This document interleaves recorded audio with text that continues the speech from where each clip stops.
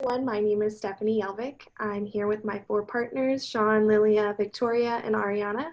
For our project, we chose to look into the challenges that are happening in the university housing due to COVID-19. Thousands of students have been impacted across the nation, and even those students who are studying abroad in the US, and you may even know some of them. I live about 5 minutes away from Arizona State University campus and have come across many students suffering from the consequences of COVID. However, the community is coming together and helping to ensure those who may face homelessness are taken care of. For instance, my apartment complex has started offering discounted rent to students and have been very helpful to those who are already struggling to make rent. We've come up with a couple of different solutions and helpful tips we'd like to share with all of you.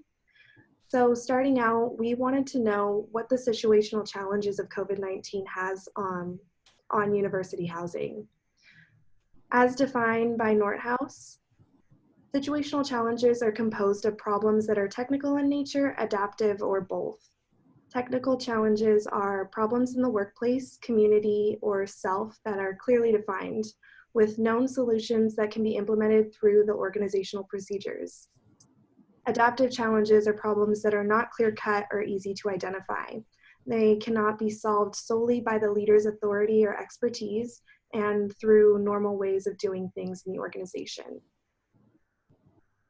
In the case of COVID-19 impacting university housing, this problem would be both technical and adaptive in nature.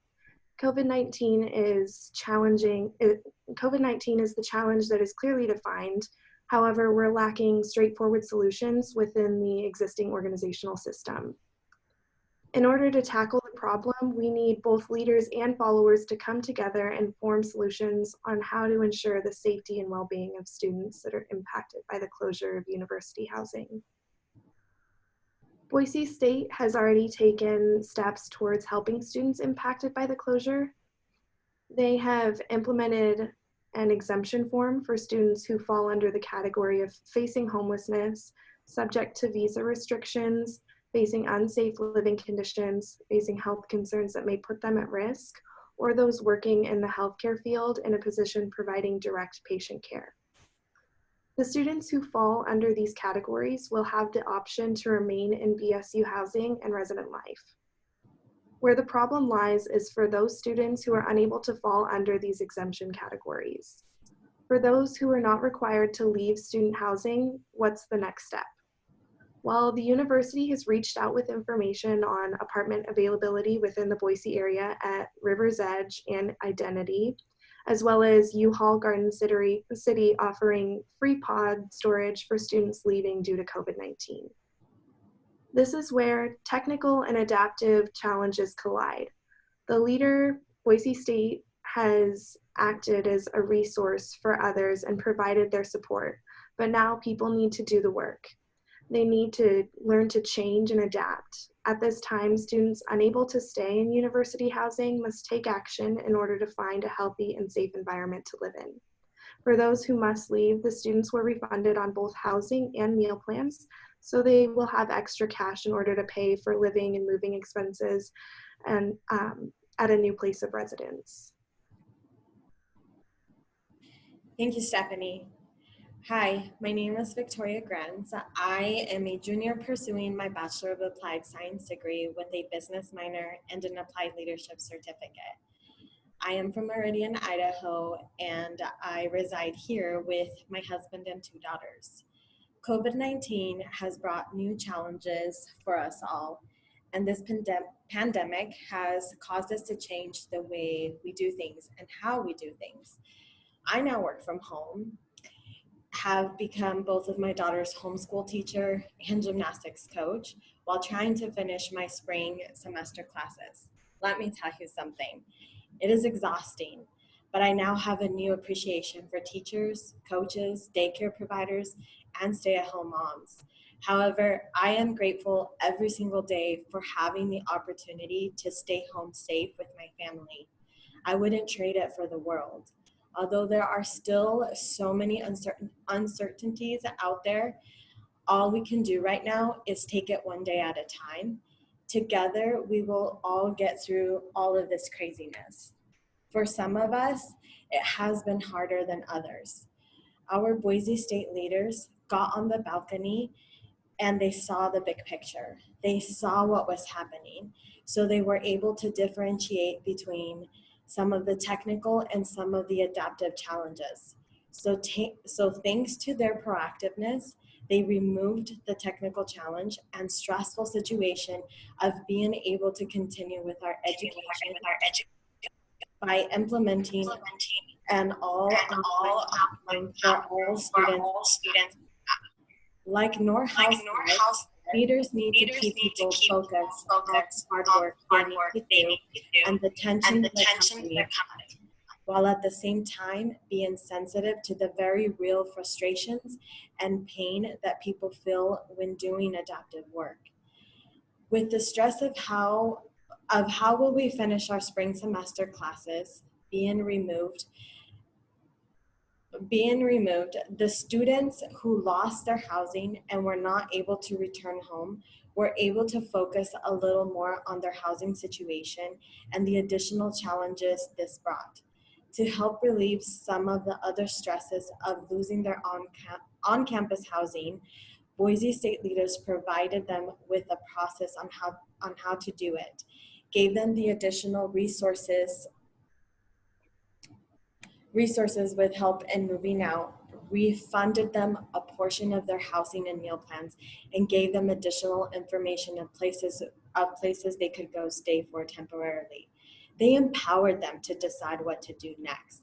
But our Boise State leaders are not able to provide all of the solutions for everyone.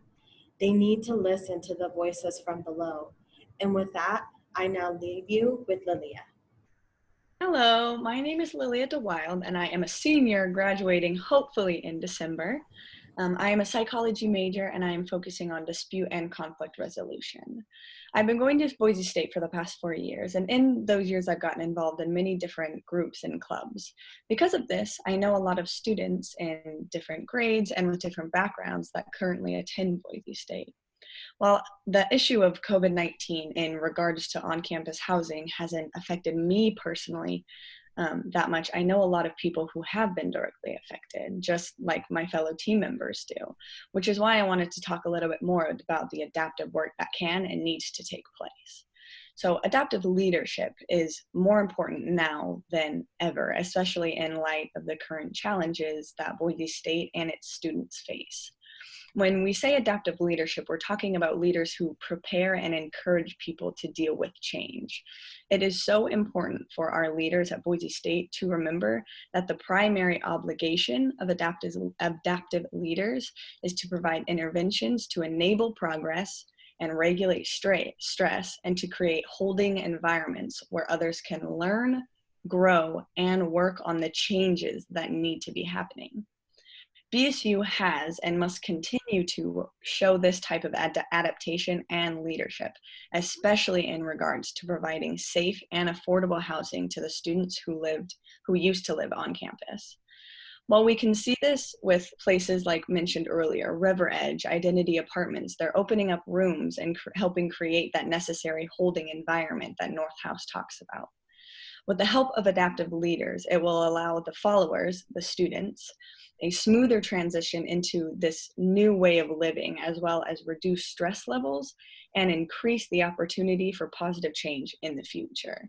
This new way of living being completely online classes, new feelings of loneliness due to isolation and self-quarantine, and even young adults having to experience unemployment, and along with everything else that has been kind of thrust upon us in light of this pandemic. The administration building, for example, has been key to reducing stress levels, as well as providing resources and information to help students understand the situation, and also, for example, providing the options of pass-fail grades. The professors are demonstrating this adaptive leadership as well by facilitating an environment and class courses that are easier to complete online, and Zoom meetings and recorded lectures to help replace the lessons that we're losing by not being able to attend.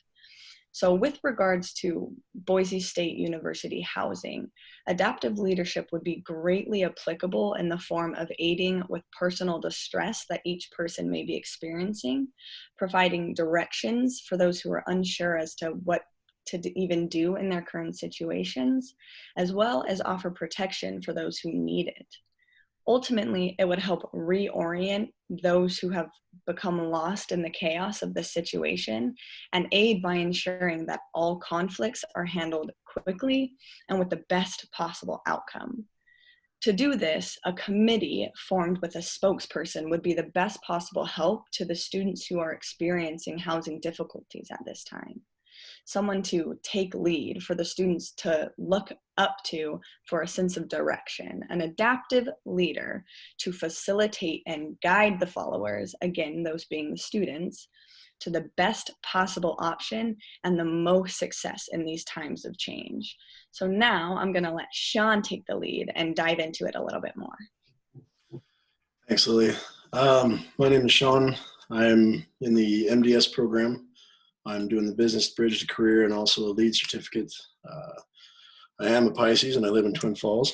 I am working for the up and coming yogurt tyrant Chobani.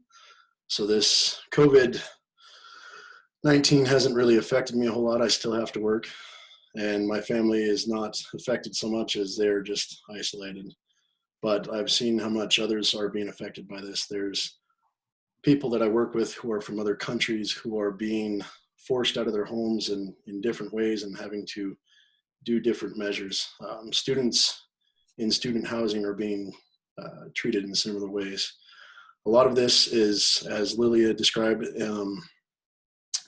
part of the job of an adaptive leader is to aid with the distress that these students might be going through, that these people who are living in the housing are experiencing, provide direction. The spokesperson would be a figurehead that they could look to for that direction, that those answers that they're seeking in the time that they don't understand what's happening. They don't know where to go. They don't know who to ask for answers or for help. A committee could help in many different ways with a spokesperson guiding and directing each head of the committee, and they all coming together on the same basis of facts and trying to come out with the best outcomes for each person who's experiencing difficulties in these times. A lot of that has to do with the orientation. On campus, there's a lot of discord, as Ariana will probably describe a little bit about here soon. There's a lot of people who don't understand. There's some of them that are not even from this country, who are being told that they have to leave this housing and they don't have a choice, but their families are telling them that they can't come home. And so where do they go? And so a spokesperson could designate a committee member to be able to work them through the process, find somebody that would be able to show them what they need to do and where they need to go to have help to find housing, somewhere that they could go to stay. As mentioned, the apartments and safe houses, places that are open, but just nobody really knows where they're at or how to apply to get into those places. Adaptive leadership, as I will explain, is that part of what the adaptive leadership is supposed to do for this situation to bring about the true success of this is we need to be able to be flexible. We have to be able to understand the challenges that a lot of the students are undergoing at the moment, and we have to be able to have the participation of an entire group of people that is committed to helping these people. And so as such, just on a hypothetical basis, a spokesperson could appoint a committee member to each specific grounds. For instance, a certain committee member would be designated to resources. What resources could the university draw upon to enable these students or these people who are being forced out of their homes or not able to find housing in such a quick moment? They were pushed out, I believe, March 26th at noon. They had to have all their affairs in order, and they had to be out. And so it's a very quick process. And so if they weren't moved out by then, they're probably living on the street or who knows what happened to some of them. So a committee to draw upon resources to relocate these people to talk to these apartment complex managers and see if they have available rooms, and a lot of them do, and a lot of them are offering this. And so to coordinate whatever paperwork needs to be done, if there's insurance verifications that have to happen, that they have so many people in a room in case there's an accident or something, just the steps that these people could go through, which leads into another committee member who would be responsible for the paperwork of such things, such as some of the people who are not from this country, who have visas, who probably need them renewed, who are supposed to leave at the end of the semester and come back, going through all the red tape, basically. And just an entire office unit would be devoted to that, to tuition, to reimbursements, the refunds that are being offered students. Another committee could also be, I believe there's already on Boise State grounds, there is the service desk is offering mobile implements, rubbish bins, donation designations to help with the moving process.